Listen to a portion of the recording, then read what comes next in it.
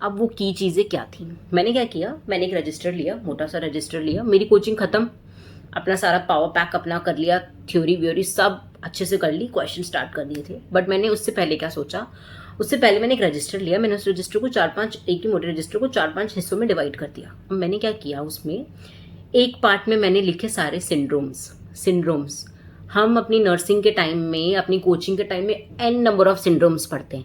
Down syndrome हो गया है ना, और एडवर्ड सिंड्रोम हो गया, एंड क्राइडू चार्ट सिंड्रोम हो गया, बहुत सारे सिंड्रोम्स हैं। तो मैंने सारे सिंड्रोम्स एक जगह लिख लिए और उनके की फीचर्स लिख लिए कि मुझे पता है, अच्छा ठीक है, डाउन सिंड्रोम वाला बच्चा है, इसका तो सैंडल गैप दिखता है, ठीक है। एक पॉइंटर करके सारी एक जगह लिख ली। मेरे पास एन नंबर ऑफ सिंड्रोम्स हो गए लास्ट मिनट पे रिवीजन करने के लिए। उसके बाद मैंने एक जगह लिख लिए सारे साइन एंड सिम्टम्स कि मुझे पता है, अच्छा ठीक है, कि मेरा कार्डियोमेगैली हुआ है, कार्डियोमेगैली में जो हार्ट साइज है वो बढ़ जाता है ना। और अगर मैंने ये सारे साइन एंड सिम्टम्स लिखे, और बहुत सारे ऐसे साइंस होते हैं, जैसे डबल ट्रैक साइन होता है ना, बर्ड पीक साइन होता है, और कॉफी बीन साइन होता है, और उसके बाद रैट टेल साइन होता है, एप्पल कोर साइन होता है, ठीक है। तो ये सारे साइन एंड सिम्टम्स मैंने एक जगह कंबाइन करके लिख लिए, तो ये मुझे लास्ट मिनट पे बहुत काम आए। उसके बाद मैंने थर्ड पार्ट में लिखा कि कौन कौन सी क्लासिफिकेशन, कौन कौन सी डिजीज में हम यूज़ करते हैं। जैसे हम गुप्ता स्कोरिंग होती है, वो हम कैरोसिन पॉइजनिंग में यूज़ करते हैं, ठीक है। ऑशनर्स रेजिमेन है या ऑशनर्स क्लासिफिकेशन है, अपेंडिसाइटिस वाले पेशेंट के लिए यूज़ करते हैं। तो ऐसी बहुत सारी क्लासिफिकेशंस थी जो हम डिफरेंट डिफरेंट क्राइटेरियाज हम सेट करते हैं, यूज़ करते हैं। और ये एक ही जगह नहीं, आपको मल्टीपल जगह मिलेगी। MMRC स्केल आपने पढ़ा होगा, है ना, कार्डियक वाली कंडीशंस में देखने को मिलता है आपको। उसके बाद ऐसे बहुत सारे स्केल्स हैं, COPD वाला है, COPD में गोल्ड स्टैंडर्ड है ना, गोल्ड क्राइटेरिया है, वो हम देखने को मिलता है हमें। मालम पट्टी स्कोरिंग जो प्रीवियस नॉर्सेट का क्वेश्चन था, उसके बाद लेमन एयरवे है, वो वाला हमें देखने को मिलता है। चाइल्ड में है वोंग बेकर रेटिंग स्केल है हमारा, चाइल्ड पक स्कोरिंग है हमारी, है ना, लिवर सिरोसिस वाले पेशेंट्स में। तो ये सारी चीज़ें मैंने एक जगह कंबाइन लिख ली।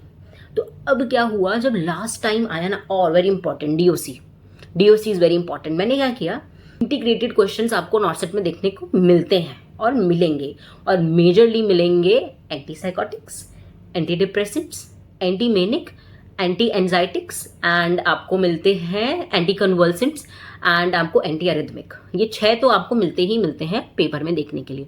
उन्होंने हमें यही बोला था कि जब आप कभी भी कुछ भी पढ़ रहे हो ना, हर ड्रग का एक इंपॉर्टेंट साइड इफेक्ट होता ही होता है, और वही क्वेश्चन में पूछा जाता है। तो उसको आप अपनी कॉपी के पीछे एक जगह नोट डाउन कर लो। जितनी भी डिजीज कंडीशन में आपको जहाँ पे भी DOC मिल रही है, जहाँ पर भी ड्रग ऑफ चॉइस मिल रही है, उसको एक जगह नोट डाउन कर लो। तो जब आप स्टार्टिंग से करते जाओगे करते जाओगे करते जाओगे, तो एंड मोमेंट पे ना आपको पूरे नोट्स उठाने की जरूरत नहीं पड़ेगी, क्योंकि एंड मोमेंट पे आप एक एक लाइन नहीं पढ़ सकते। एंड मोमेंट पे बस आप हाईलाइटेड टॉपिक पढ़ते हो, तो आपको वो एक कंटेंट आपका प्रिपेयर हो जाएगा। तो ऐसे ही आपने फिनोटोइन के बारे में सुना होगा, एंटी कन्वर्सेंट ड्रग है वो, है ना, वो पर्पल ग्लव्ड सिंड्रोम करती है, और वॉरफेरिन है वो पर्पल टो सिंड्रोम करती है। तो ये 2 अलग अलग चीज़ें हैं। तो ये ऐसी ट्रिकी चीज़ें हैं जो हम पेपर में बैठ के गलत कर देते हैं। बट अगर आपने ये चीज़ एक ही जगह कंबाइन करके लिख ली, तो ये आपको बहुत हेल्प आउट करेगा। मैंने एक और चीज़ की थी, मैंने कार्डियो को ना बहुत सिंप्लीफाई कर दिया था। मैंने क्या किया, मैंने उसी कॉपी में, वही सेम नोटबुक के अंदर मैंने क्या किया, एक कार्डियो का अलग से सेक्शन बनाया। एक पेज को मैंने 2 पार्ट्स में डिवाइड किया। पहले मैंने एक जगह लिख लिया एट्रियल फ्लटर, और एक जगह उसकी साइड में लिख लिया एट्रियल फिब्रिलेशन। फिर मैंने लिखा वेंट्रिकुलर फ्लटर, फिर मैंने साइड में लिख लिया वेंट्रिकुलर फिब्रिलेशन फ्लटर, वैसे ही, ठीक है। ऐसे ही मैंने टाइप्स ऑफ हेडेक्स के लिए भी कर लिया, टाइप्स ऑफ हेमरेजेस के लिए भी कर लिया। तो मैंने एक की फीचर उठा के ना, मेरा बहुत सारी चीज़ें लास्ट मोमेंट के लिए इतनी सिंप्लीफाई हो गई कि मुझे ऐसा लगा कि अब चीज़ें बिल्कुल मेरी टिप्स पर है, बिल्कुल टिप्स पर। और मैंने क्या किया था, जो ड्रग्स के सिमिलर साइड इफ़ेक्ट्स होते हैं, मैंने उनको भी एक जगह कंबाइन करके लिख लिया था मैंने एक और चीज़ की। मैंने क्या किया, जब आप साइकाइट्री पढ़ते हैं तो हर डिजीज़ की ना डायग्नोसिस बनाने के लिए एक ड्यूरेशन होती है, कि you need to go for a duration, कि अगर ये 6 मंथ से कम है तो उसकी ड्यूरेशन अलग होगी, अगर ये सिर्फ 1 मंथ तक है तो उसकी ड्यूरेशन से उसका क्राइटेरिया चेंज हो जाएगा और वो डिजीज चेंज हो जाएगा। तो मैंने उन सबको भी एक जगह ही कंबाइन करके लिख लिया था। तो लास्ट मिनट पे वो रिवीजन करने के लिए ना वो इतनी हैंडी हो गई थी कि मुझे मेरे पूरे नोट्स नहीं उठाने पड़े, बस मैंने 1-2 बार उठाए हैं सिर्फ अपने आप को देखने के लिए कि हाँ आई हैव प्रिपेयर्ड। उसके बाद मैंने अपने वो ही LMR जो है मेरे लास्ट मिनट रिवीजन, मैंने इतना उसको पावर पैक बना लिया कि उन 3 महीने में ही कि मैं इतना थरो हो गई थी उनसे कि उसमें से मेरा कुछ भी गलत नहीं होना चाहिए। मुझसे कुछ भी पूछ लो, मेरा वो एकदम करेक्ट होगा। ये था मेरे पढ़ने का तरीका। और मैं क्या करती थी, सपोज आज मेरा स्केड्यूल है MSN बहुत वास्ट है। अब मैं बोलूँ मैं एक दिन में MSN कर लेती हूँ, नहीं नहीं नहीं भाई, मैं कोई इतनी सुपर टैलेंटेड नहीं हूँ कि मैं एक दिन में सारी की सारी MSN घोल के पी जाऊँ, नहीं।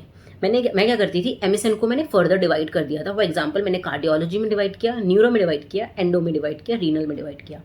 आज मेरा टॉपिक है कार्डियोलॉजी, तो कार्डियो मैं इतने अच्छे से करूँगी। मैं कार्डियो में सारी थ्योरी भी पढ़ूंगी, मैं ALS भी पढ़ूंगी, मैं BLS ALS BLS नॉर्सेट का very very very very very important questions हमेशा पूछा जाता है, आपको आना ही चाहिए। अपडेटेड गाइडलाइंस, पढ़ने का तरीके को बहुत ऐसे इंजॉय करो, अपनी खुद की स्ट्रैटेजीज बनाओ। बहुत बच्चे बोलते हैं याद नहीं होता, उसको एक पेपर पे लिख के सामने पेस्ट करो और अपने और थोड़े इनोवेटिव आइडियाज़ लाओ उसके अंदर। अपने इर्द गिर्द देखो 4 बच्चे कैसे पढ़ रहे हैं, उनकी क्या स्ट्रैटेजी है, उनसे पूछो, उनसे बात करो। तो ये सारी चीज़ें हैं जो आपको आपके सिलेक्शन के दरवाजे तक, आपके फेवरेट हॉस्पिटल के दरवाजे तक छोड़कर आएंगी और वो कहेंगे आइए जी आपका स्वागत है, अपना DV कराइए और अपनी सैलरी लीजिए, अकाउंट नंबर दो हमें अपना। ये मेहनत आपको करनी है, ये मैं अपना बता रही हूँ जो मैंने लास्ट मिनट पे की है। मैं अपने नोट्स भी दिखाऊंगी आपको कि मैंने कितनी सारी चीज़ें कैसे कैसे प्रिपेयर की, क्या क्या किया। दिन में सिर्फ 2-3 घंटे की ही नींद ली, हाँ ये सच है, क्योंकि मुझे ये था मेरा लास्ट नॉट-सेट था ये। इसके बाद मेरा कोई इरादा नहीं था नॉट-सेट देने का।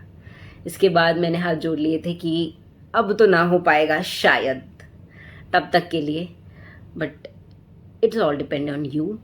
आपको कैसे मेहनत करनी है, आप कितने कॉम्पिटिटिव हो, आप अपनी चीज़ों को कैसे देखते हो और आप कितना पॉजिटिव रहते हो अपनी जर्नी में। आपसे कोई भी बोले कि आपको देख के लोग बोलने चाहिए भाई इसका तो हो जाएगा, भाई इसका सिलेक्शन पक्का है, भाई इसका सिलेक्शन रोक ही नहीं सकता कोई। आपको ऐसा बनना है, you have to be like that कि भाई लोग आपको देख के बोले यार इसका सिलेक्शन नहीं रुकेगा, इसका तो 100% सीट पक्की है।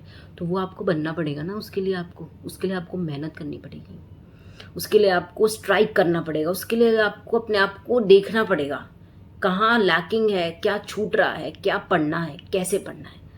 कोई भी डाउट है pin me in the comment section, मैं आपके हर एक क्वेश्चन का, हर एक चीज़ का रिप्लाई करूँगी। एंड नेक्स्ट वीडियो होगी अब हमारी teaching lectures and teaching series के ऊपर। मैं पहले साइकाइट्री से उठाऊंगी, जो उसके फेवरेट एंड इम्पॉर्टेंट टॉपिक्स हैं हम वहाँ से स्टार्ट करेंगे। मैं सारा नहीं पढ़ाऊंगी, मैं वो पढ़ाऊंगी जो मैंने देखा है कि पेपर में 110% पूछा ही जाता है। उसके अलावा you have any question, you have any doubt related to any topic, do pin me in the comment section. I will make sure and मैं कोशिश पूरी करूँगी कि मैं वो करूँ कि मैं आपकी चीज़ों को फुलफिल कर पाऊँ। Thank you.